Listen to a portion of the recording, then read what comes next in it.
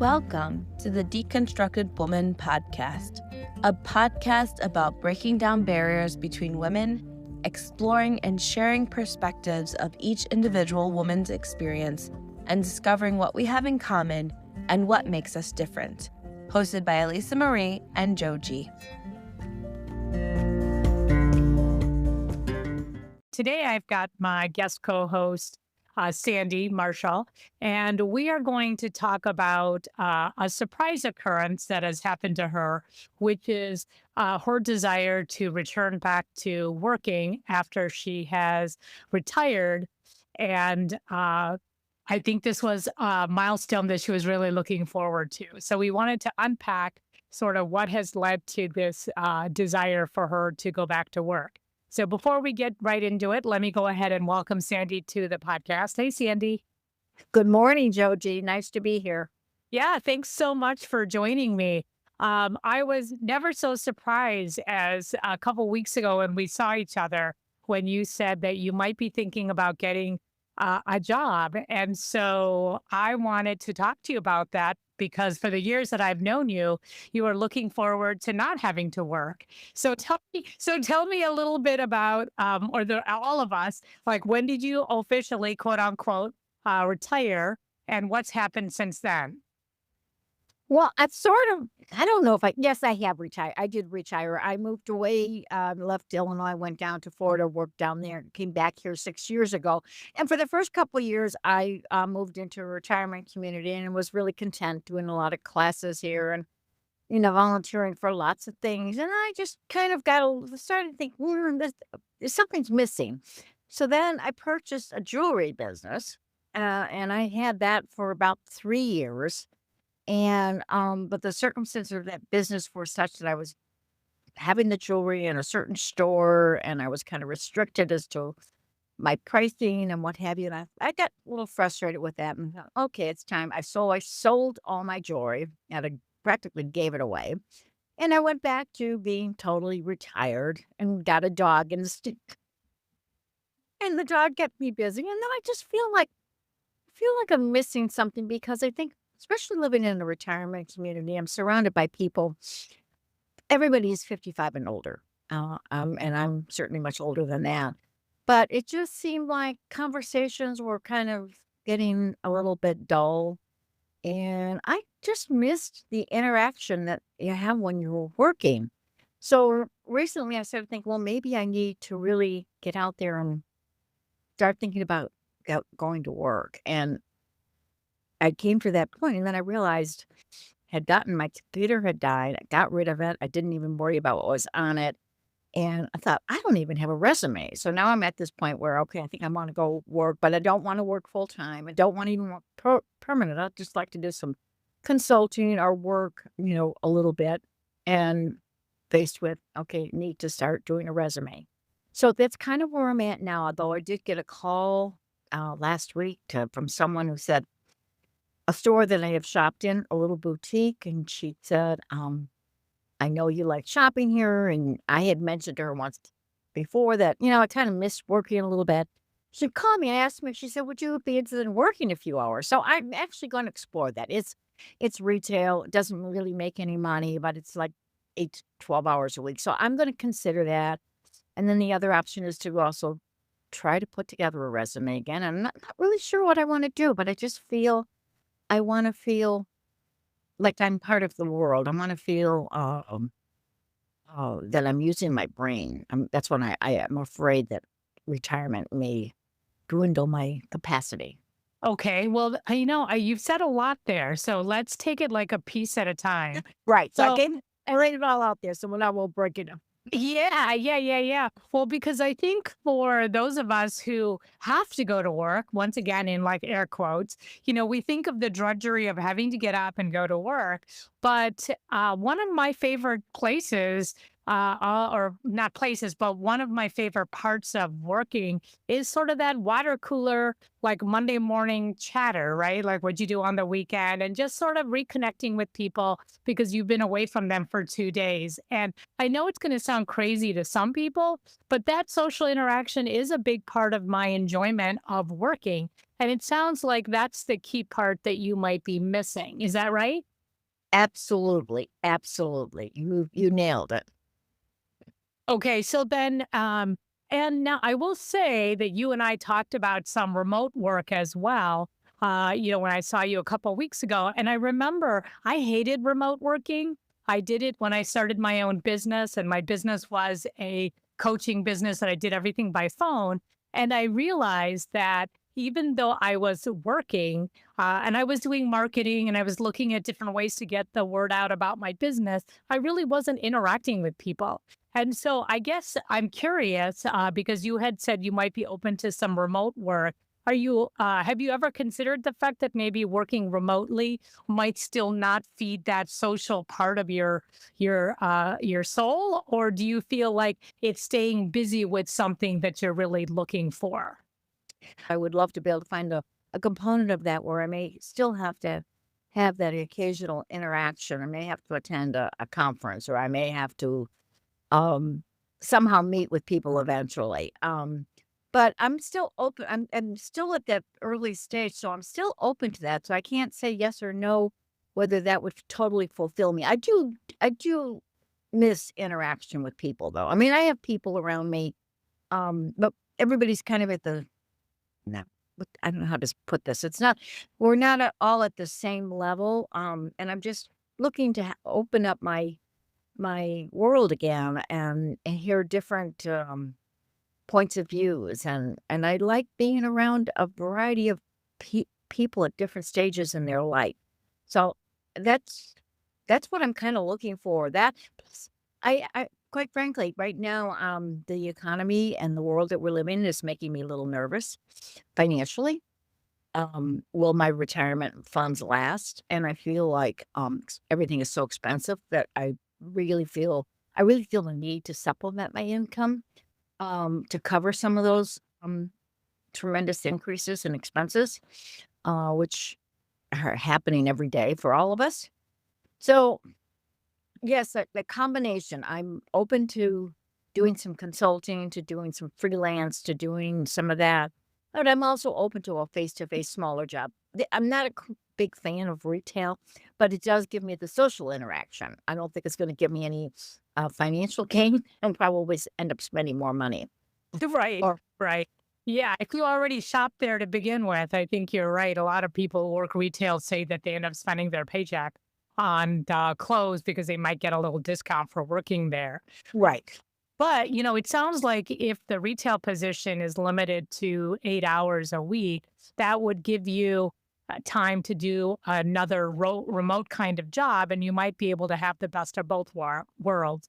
And the reason why I say that is because I know you. I know you're a really high energy person, and I know that on a bad day, you're still probably one of the individuals with a very high work ethic that I know. And so even an 8 hour retail job is like, I don't know, it's like an appetizer to your desire to work. I mean, I know that you would still like to fill up a little bit more of your time, and knowing you want to be put in a position where you are interacting with people with different viewpoints and different lifestyles and different ages so that you are sort of feeling like a part of the world. I mean, that's what I hear you saying is you just miss meeting new people and having the opportunity to interact with people that you don't live around, or that they're not the friends that you may go out to dinner with or you may socialize with, but just sort of that random occurrence of interacting with people that is unexpected and for you brings a lot of joy into your life. Absolutely. You said it all. That's exactly that's exactly how I'm feeling. And ideally that would be what I would love. If I could, find 15 hours of um consulting or work from home remotely, and then maybe even add that little retail component to it. I think it would completely satisfy me. Most people like to say, "Oh, I never want to stop going to work." I don't want to go to work. I don't want to have to wake up at 6 o'clock in the morning, know that I have to leave the house. I don't want that kind of regiment. So I don't want people to think that I'm really that anxious to go back to work and have that kind of routine. but I have with a lot of hours in the day. I would like to fill some of those hours. I've got 20 hours that I would love to be able to fill up with some interesting, possibly even stimulating conversations and challenges and feel accomplished and important and feel necessary. Right. And I think that's such an important part of the phase of life you're in right now, which going back to my, psychology days, I mean, really the last phase of life, if you look at Erickson and some of the theorists that are out there, it's the last phase. And man, am I digging back way deep into my psychology courses. But the last phase of development is really about, it's either choosing to live or choosing to die. It's about recreating yourself, regenerating yourself, or letting yourself just wither away. There's actually a formal, phrase that goes with it. I know part of it is regeneration. I don't know what the other part of it is. But basically, it is that challenge that we have to re-energize and identify a new way of living and finding that purpose.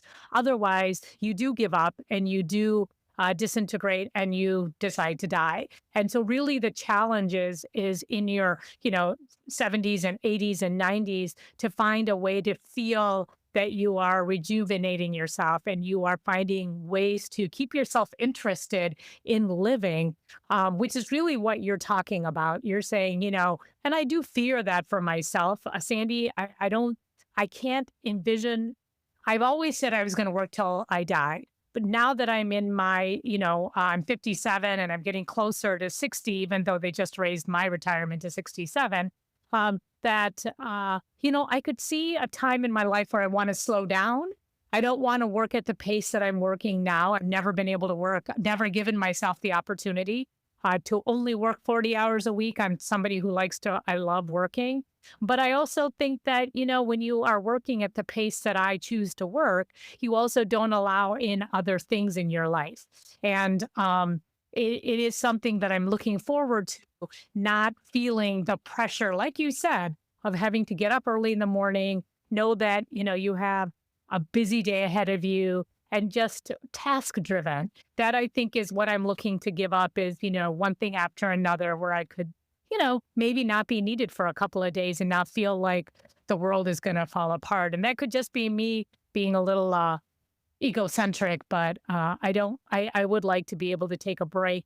And I think you and I've talked about this before. When I go on vacation, I feel like I dread it because the coming back after vacation is so much work to catch up and to get back to where you were before you left, that it doesn't even really feel like a vacation. And that is also very stressful for me too. So I think that there's a lot of opportunity for you. And we're going to get into some of my ideas for you. But tell me, I've not heard you talk about freelancing or consulting. What would that, so I'm putting my business career coach hat on. And so tell me, what kind of consulting or freelance work would you like to do? Well, there's so many areas. Obviously, I've been in sales. Really, sales has been my thing my whole life, and a lot of marketing and building relationships. And I just feel that I could be a tremendous asset because I think what's happened today, people are so focused on technology that they're losing their people skills are failing. And I see that in young people, particularly kids in school. I mean, they're very introverted, and it's all on the computer. And they're not building those relationships in order to close those sales. So I feel like I could be help in that area and continuing to build relationships with people and help people to expand their current business or uh, help their sales staff go further down the road and bring in more business and close more sales. Yeah, I I will. think it's something I could do. I don't know if there's a need for that. I haven't really investigated that, but what I see out there when I talk to people and I hear about things that are going on, there doesn't seem like there's much relationship building going on anymore. Well, I will tell you that when I first started my business coaching career, I sort of fell upon my first client, which was a hair salon. And interestingly enough, the owner of the hair salon and I ended up bartering services because one of her biggest struggles was getting young stylists to sell products. because in the hair cutting world, um, the getting the haircut is really the entree into the salon. But how the salon makes money and keeps its door open is by stylists selling their products. And the young stylists who just came out of cosmetology school don't know how to sell. And so we were really working together to help ease their anxiety about pushing sales when they're just starting to feel comfortable cutting hair, because now they're out of school and they actually have real hair head models to provide services for. And so I see that the need for sales is always going to be something that sales training is always going to be necessary, because I was just at another point, I was just talking to one of my coworkers, and her son has graduated last year with a business degree, marketing sales degree. And when I was trying to help him find a job, a lot of the jobs for a new grad is about doing cold calling. And right off the bat, the message was, well, I don't want to do that. I don't like that. And to be honest with you, my feedback back to, my coworker was, well, without any experience, I don't know how you prove yourself as a salesperson. And I think that a lot of kids who say, I don't want to do cold calling because obviously it's uncomfortable, is also difficult because you have to initiate a relationship with somebody you don't know from Adam, right? Right, You right. learn how to do that. But at the same time, that is such a critical sales skill set that if you don't hone that in and don't think of it as your forever job, just think of it as like something you're cutting your teeth on to get the experience so that you know how to, build that relationship in your next job. I just really felt like that was a short-sighted view for this young person to say, well, you know what? I'm going to take that right off the table. I don't want to do any of that. Because honestly, as an entry-level sales job, I don't know what else you're going to do. What are your thoughts about that? I absolutely agree with that, and I see it, and I see a lot of young people. I have grown grandchildren now, and I see that part of their career. They're in. I've got engineers and I've got CPAs, but that part of their career in talking to strangers or reaching out to find new business, they kind of expect the business is going to. They figure they put their time in. They went to college. They got their degree. Well, why are they going to waste their time on talking to a bunch of strangers? And they're not comfortable with it because they're, again, I hate to say it, but they're so connected to their computer and their phone and the technology that way that they just don't know how to communicate. And unfortunately, it's sales training seems to be really lacking. And yet the company is expecting them to bring in business. So they've got to learn to feel comfortable with that. And there's some degree, no matter how seasoned you are, there's that always that piece is always going to be there, because if you're in sales, you're continually looking to make new contacts and grow new businesses and build new relationships. Yeah, you don't have to work as hard at it, but as a new salesperson, that company is expecting you to bring some business in. They're going to help you in the beginning, but they're not going to help you forever. They expect you to go out and generate some of that. So I think that's a need. I wish I had a younger person who could tell me, oh, that's not necessary today. I've got my computer and I can send out all these messages and I can do all these different chat rooms and whatever else they're doing. I think a lot of young people just think that is not necessary, Yeah. and it's beneath them.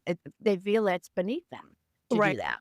And for somebody who gets, probably 3 to 5 sales calls a day, and then that's just phone calls. And if you put in email sales enticements, that'll jump much higher, because if that's the only thing you're using, it's so easy to hit delete for me as a consumer of that you're never going to hear from me.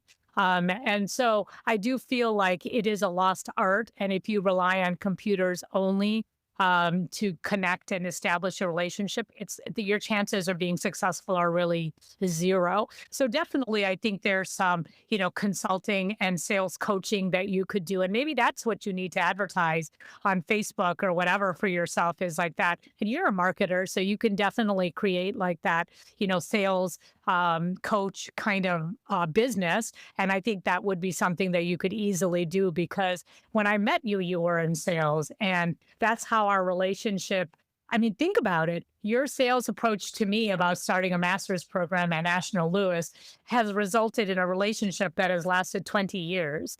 And we have been with each other through so many different careers and transitions and, relationships and moves and all that kind of stuff. So there's really something to be said for sort of your knowledge around sales. But the other thing, when you think about freelance work that I think about, I'm always, and this is so funny, but it speaks to my craziness about, what else can I do to keep myself busy is that I'm always looking for like a good sales hustle. And so whenever there's an article about, oh, sales hustles, or sorry, job hustles, side hustles that you can do that don't take up a lot of time, but you can make money at it. I'm always reading those articles, those clickbaits, they always know how to grab me. So, but one of the things that I saw that was a job that might be a good job for you is because of your skills in editing and your English skill set is proofreading. And so Oh, yeah. there's a lot of internet jobs that are available for people who want to proofread different things, whether it's articles, books, things like that. And so that popped into my mind for you when you said freelance, because that is something that you're really, really good at. And back in your early career, that was something I got the impression that you really had to hone that skill set in as well. Looking at print and looking at text and looking at, what was going to be eye catching and things like that. That was part of your experience, if I remember correctly, right? Absolutely it was. I mean, I did publishing for a number of years. I published these international trade directories, but it involved a lot of proofreading and everything I ever did after that always involved, papers that were being written and that would be I haven't even thought of that. That's a great idea. Yeah, Yeah. I think I would be very good at that. Yeah, I do too. I do too. And that's why when you said it, I thought, I've got to bring this up to you because I'll have to do a little research on how we find those positions. But that I think is something that has a little bit of, has some traction waiting to be explored for you. Mhm. The other thing I wanted to share with our listeners is that, you can't beat the career coach out of me, even if I try. For my husband's chagrin, like I cannot stop thinking about it. But when you said remote jobs, I started looking for a job for you, as you remember, because I sent you You sent me all those wonderful links. yeah, those links. But what I found from doing job searching for you was that there's a whole like Indeed.com just for remote jobs now, which I think is fascinating. And so that is an important thing to share. And not that it's going to be the end all to everything, but I thought that that's something good to share with folks who might be looking for, a part-time job or something that might help fill in the gaps to their rest of their lives. I thought that was something to share, and I'm trying to look up what the name of that job search was. Do you remember what it was? I am looking. Oh, let me think. I think okay. So remote.com, remote.co is one that I'm seeing in the email, the text message that I sent you. And Right. so it is a remote. It is something to do with remote, and I'm sure anybody can Google remote jobs and search engine, and it'll pop up for you. But I thought that was interesting because given the amount of jobs that are going remote, um, that's something that I find I thought that was interesting. What did you think about it when I first sent it to you? Did you know that was going to be such a big like job opportunity when I sent it to you, or was that just something? No, I hadn't even thought. Like I said, I hadn't even gotten to that point. I just knew that this is something that I wanted to start to explore, and I actually have kind of faded away from Indeed. I don't follow it that much, and I need to get back into looking at sites like that, and the suggestions that you came up with had not really occurred to me. I didn't realize it would be that I guess today working remotely is very popular. That a lot of people are want to do this, and there's a lot of opportunities to do that. I know a lot of people are working from home. That I do know that, but I didn't realize there would be that many opportunities. So those resources, yeah, I was working remotely and remote.com and working nomads and all were some of the things that you sent to me. So yes, I am just beginning to explore all those, and I appreciate all those heads up on that there was so much out there. Well, Um, I just found it. So I just Googled it myself. And so I want to distinguish two things. So the first thing that comes up when you're looking for a remote job is a company called flexjobs.com. And that is a subscription based service. So you pay a monthly fee, and they are like a staffing service that will give you remote jobs to look at. Now, I don't like to pay for anything as a subscription, thinking that there should be so many remote jobs out there that you shouldn't have to pay a subscription fee to belong to them. It's like paying your temp staffing company to find you a job when you're providing service to them, and they charge a higher rate to the company that you would be working for. So I don't understand the subscription model idea. But the other company that I sent to you was remotejobs.io. And that's a job. I think that's more like you put in your information and they match you with jobs based on your skills. And so I don't want anybody to think that's listening to this that you have to pay for a subscription, because I don't think you have to. But it's nice to know that that's there if you're not finding the type of jobs that you want. Because I think that the reason why somebody might pay for a subscription might be to get a very specific niche position. For example, if I retired and I wanted to go back into, practice management, am I necessarily going to find a remote job to do that? But if I wanted to work with somebody to say, hey, I'd like to have a temporary job that I could maybe look at their financials, or I could be their operations contact, and if somebody wanted to reach out to me, but it's a very specific job, probably with a very specific level of qualifications, and also probably with a very specific, hourly rate, or, a price point. Because my thinking is that in order to pay a subscription, you've got to at least make that money back. So I'm thinking there's got to be something to that, but I haven't researched it, so I don't know.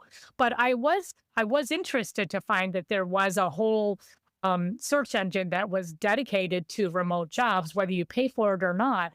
I thought it really tells you how much that remote work has become a part of the everyday workforce, which I didn't know before, honestly. yes, yes. I didn't either until all of a sudden I started realizing, and you made me aware, and I started looking at some of these sites, and I said, "Wow, there are actually opportunities out there."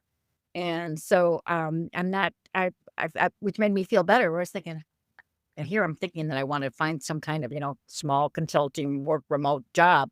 And am I crazy? And I'm thinking there's probably not much out there, but there seems to be a lot out there. You just need to explore it and play with it for a while. Yeah, So yeah. I'm excited about that. It is going to be hard to do that without having a computer. But, what you'll have to do is to, of course, one of the wonderful things about the world is that like you could go to a library and use their internet for free. And Well, then, no, I have an iPad. No, I'm not. Oh, what? I have a computer. I oh, didn't you say. do have a No, computer. what I meant was I have no, I have an iPad. I meant that the old computer, the PC that I used to have, it died and I didn't replace it, and I had the hard drive removed, and a lot of stuff was left down there, and I just decided not to purchase another computer. I bought an iPad, and I it had certain things loaded, that I was used to. I added my Word and in Excel and things like that. Bought packages to load onto that, so I can do just about everything I need to do with my iPad. Perfect. And you know what? I probably have an old version of your resume on my hard drive. Do you? If you have it, if you would send that to me, I would be great. Because that was the one thing I said that was not, and I thought I would have had a piece of, I thought I had a hard copy someplace, and I searched high and low, and there is not a resume to be found. So if you find it, I would greatly appreciate your sending it to me. I will. I'll look at it Yeah. right away when we're done with this, because Okay, I, that I would. yeah, I think I have it. But anyway, yeah, I mean, so I am really optimistic for you because I think you are a great role model for me because we're so like-minded in terms of who we are as people. We're social animals. We like to feel productive. We need to be needed and we need to reinvent our purpose. And so I just think of you as sort of laying those breadcrumbs for me when I walk that path myself. And so I'm excited to support you in any way I can because I am the future version of you. So Thank you, it- Joji. I mean, you are.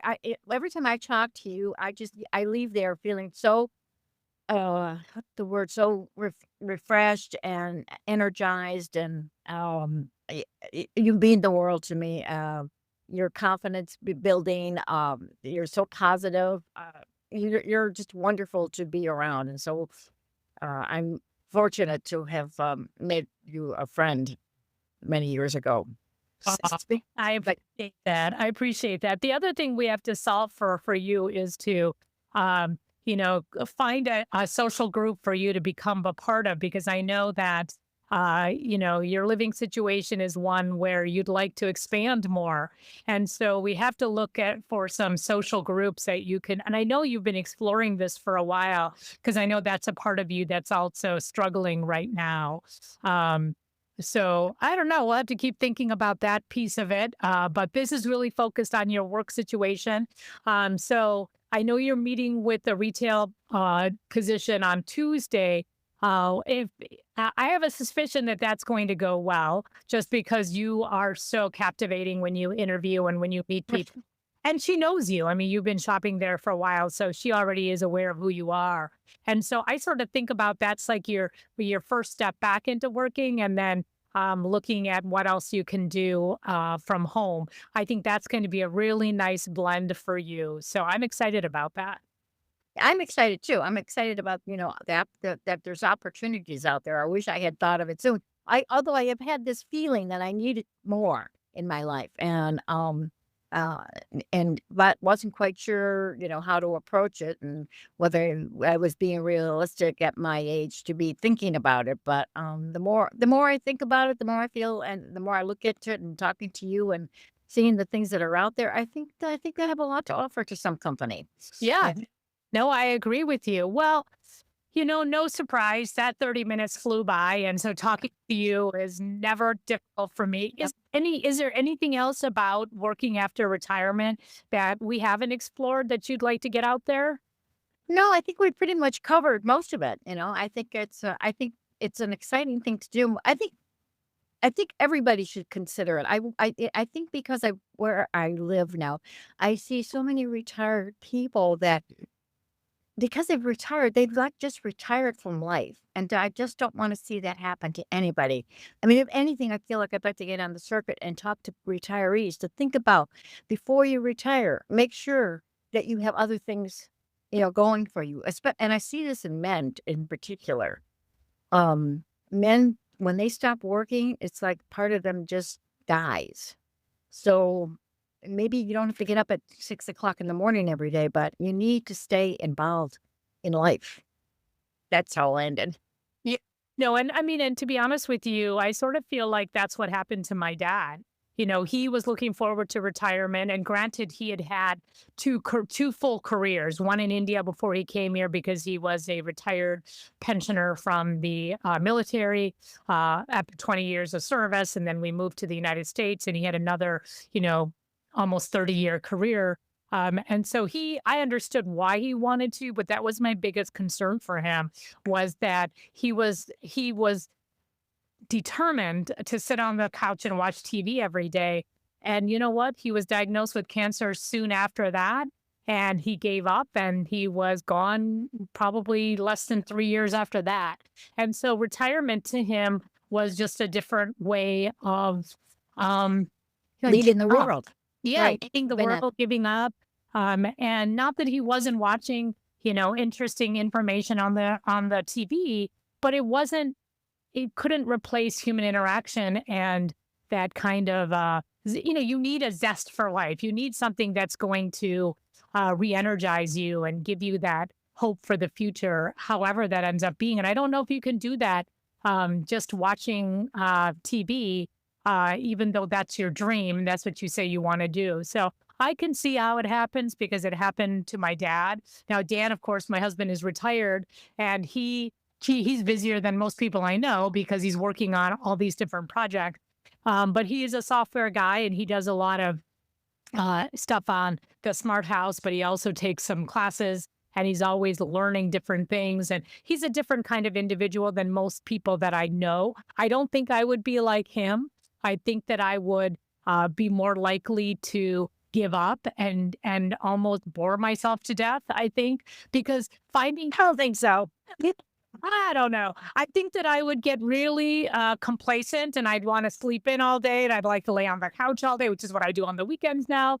I fear that that's what I would end up doing, and not finding a way to keep contributing and feeling like I have a purpose. That's why I'm so scared of retirement. But I think the magic is really to find the balance. Balance is very, very, very important. It's key. Balance is important. And don't feel bad about laying on the couch on the weekends because you need to re-energize yourself. And you do. You're back at it on Monday morning and you're energized and you got the fuel to keep going for the rest of the week. So don't ever feel bad about laying on the couch on the weekends. Yeah. The other thought that I just had, and we'll end it with this, is that a lot of volunteer positions turn into jobs. So that might be another option for you if there's a volunteer company that you really love. Because a lot of those end up needing part-time people. And so anyway, just another thought, if there's an organization that you really love that you might volunteer with, there might be opportunities in that you may not be aware of yet. So another great idea, Josie. Yeah. Well, you know what? I'm always here for you, Sandy, if you need some help, and our listeners can just be part of our conversation. Anytime you want to talk more about working or any other challenge that comes up in your life. I really appreciate you being my guest host with me today. I thought it was a really interesting topic and some that I know other people are going to benefit from. So thank you so much. Thanks for talking to me on this Sunday morning, as hot as anything. So I plan on being inside the house all day today. Sounds like a good plan. That's my plan for the day too. Yeah. Thanks so much, Sandy. I really appreciate it. Thank you, Joji. All right. Take care now. Bye-bye.